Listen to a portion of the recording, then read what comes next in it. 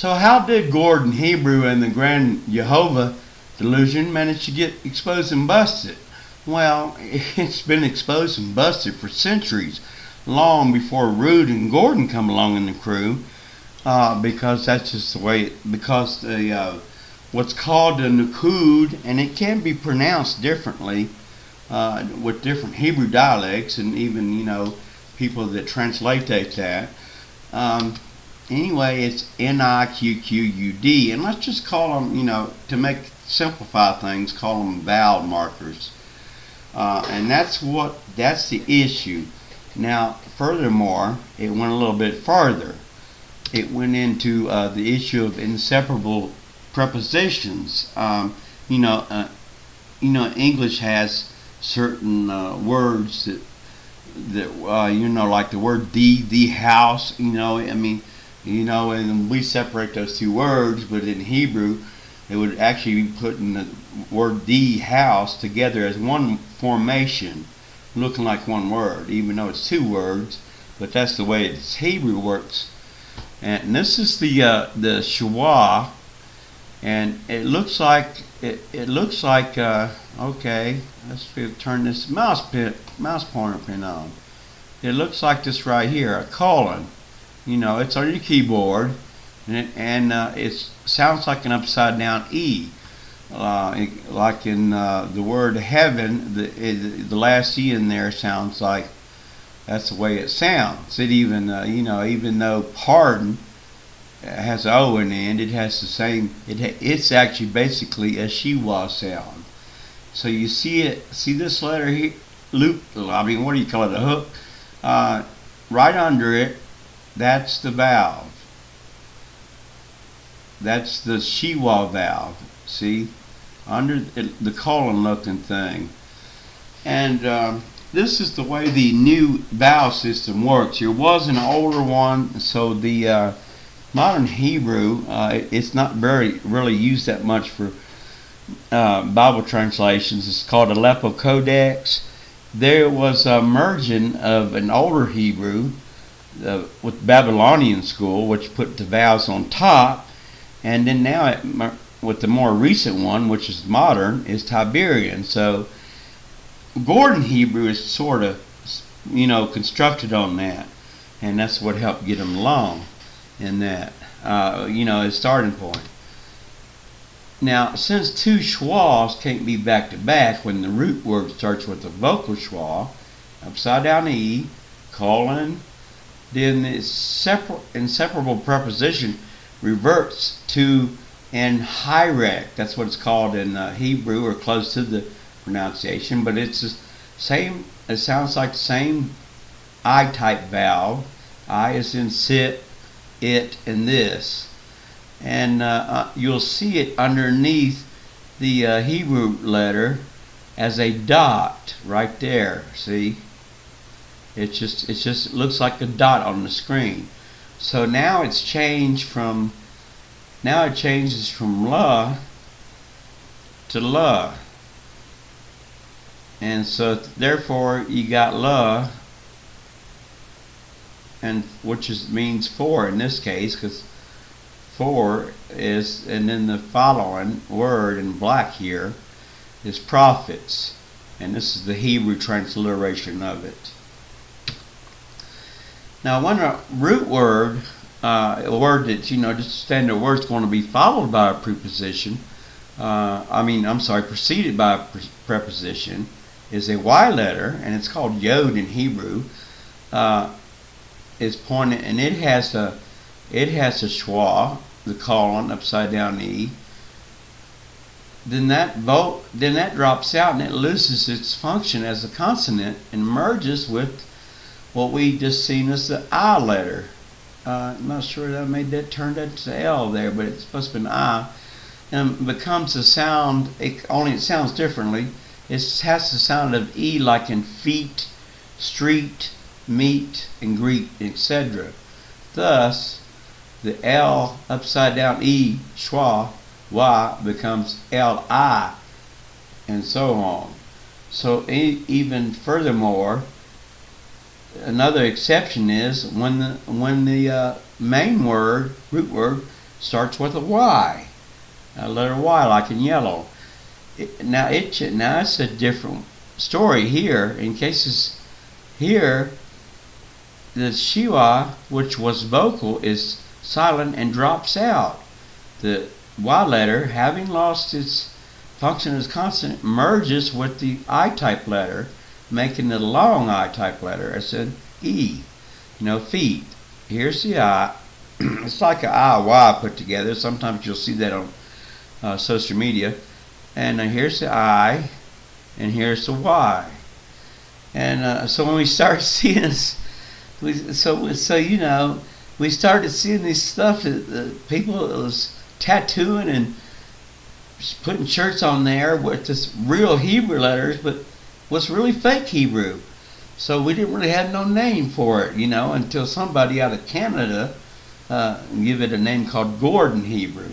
And that's come to the United States now and other countries.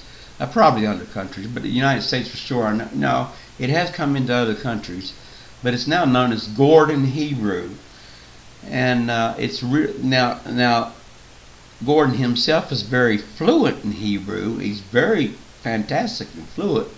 You might remember Zola Levitt on television years ago. He died back in 2006, and Gordon made a couple appearances there with Zola. Zola had him as a guest.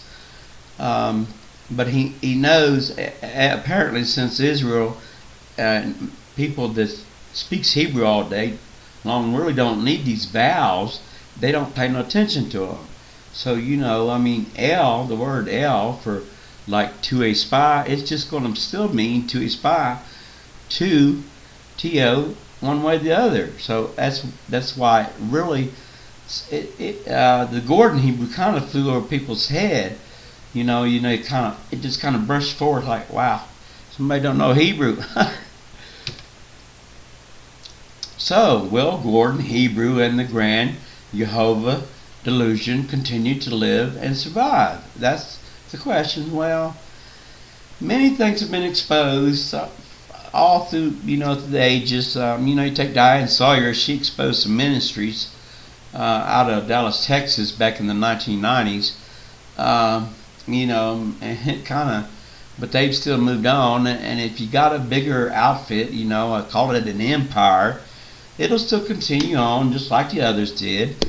Even when all these erroneous things come out on claims on Hebrew or whatever, English, even English, it lives on, and that's the way it's just going to be right now until we reach the world to come, which in Zephaniah chapter 3 verse 9 addresses there'll be one pure language, and that means just pure words. That means a pure word is made in its own language, but an impure word in a language is a borrowed word from another language. Like English has mostly borrowed words that are loan words, like French, Latin, and Hebrew, and so on.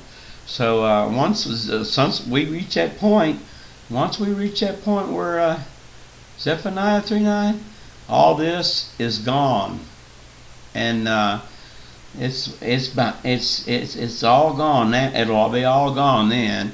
Not to mention, this is actually just one of 6 forms. If you use the post-Hebrew biblical dialect of changing the W to a V, and there's actually different forms that appears in the Hebrew Bibles with vowels. And so, you got 6 of them. Now you got proto-biblical dialects that use a W. And now, since recent 20 years, the V has become more popular, and it started somewhere in the first millennium. So generally people put it back in the 10th century, but some people they believe they might stretch it back to the 3rd century. But now you got 12 choices. You could just pick out your hat out of the Bible to make that.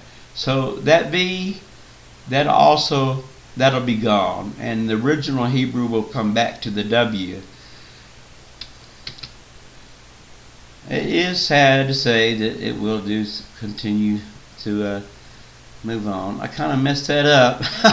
Well, anyway, it's the thing. The best thing to do is for us to continue to progress, and families, like I made another video. There's even families, they got different beliefs, and it's not that nobody's lying to you intentionally. Out here in the world, we just got these, public figures that they're out there to snowball us and take advantage of us, and this case with Gordon Hebrew isn't the only one taking advantage of people that don't know Hebrew. There's other ones out there too. You can manipulate it in certain ways and just make it, well, this here proves it. So anyway, just let's. I think I always recommend to people not to keep progressing, and maybe you grow and learn. We start out as babes, and we learn as time goes on, and sometimes we change our mode of thinking. Right now, the people that's sort of caught up in these dark rooms, even if they'll have to rescue themselves, they're not interested in nobody trying to get them out. And even if they do, we don't know if they go into something even worse, so it's hard to tell, but life goes on. I want to give special thanks to my Facebook friend. I think I'm pronouncing his name correctly, Malik Hashem.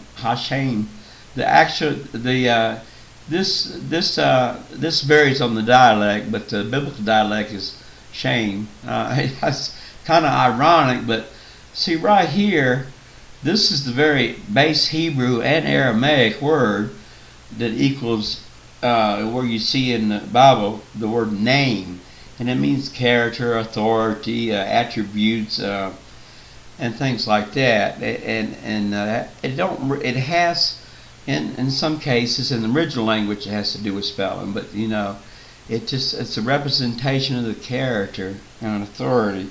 There's another word on that. Anyway, even though that me and this Facebook user and other Facebook users don't agree on the pronunciation of what's called the Tetragrammaton given to Moses at the burning bush, I think it's like Exodus 3:14. We definitely know 100% sure that it's not Yehovah or Yehovah, because over hundreds of manuscripts have proved that to be differently, and hundreds of occurrences just in the two main Hebrew Bibles, and over 1,000 manuscripts have proven, when you consider the inseparable prepositions with them and account and include that, will prove that it's just definitely not so. So evidently that was just the whole Yehovah word was a easy target, being 500 years old and used across the world anyway. So I guess that was probably the reason why it was just an easy target instead of picking out the other 5 special formations.